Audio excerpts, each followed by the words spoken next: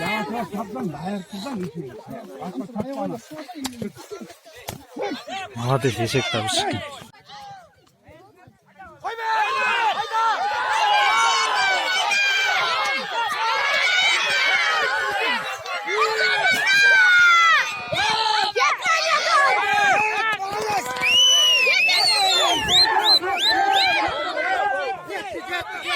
Jetto.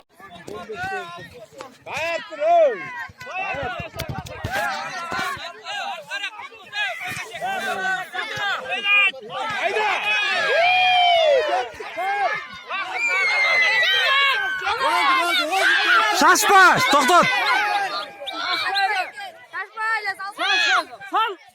Ay, молодец.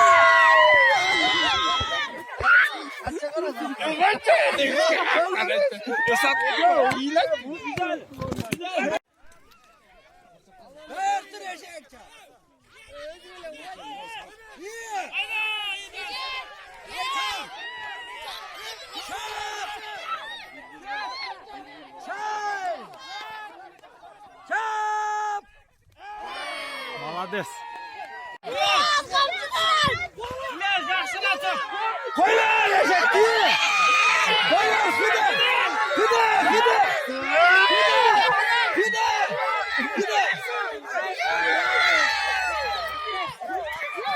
Ne yakışıladı? Ya bu topal da ya Allah arkana yiyecek arkana döndü.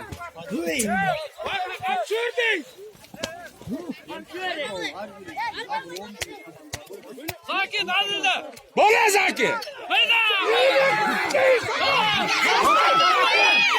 Hayda sakin hayda.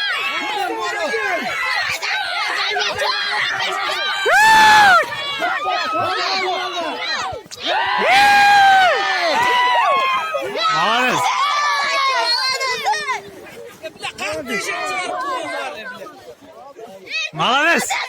Götür oldu.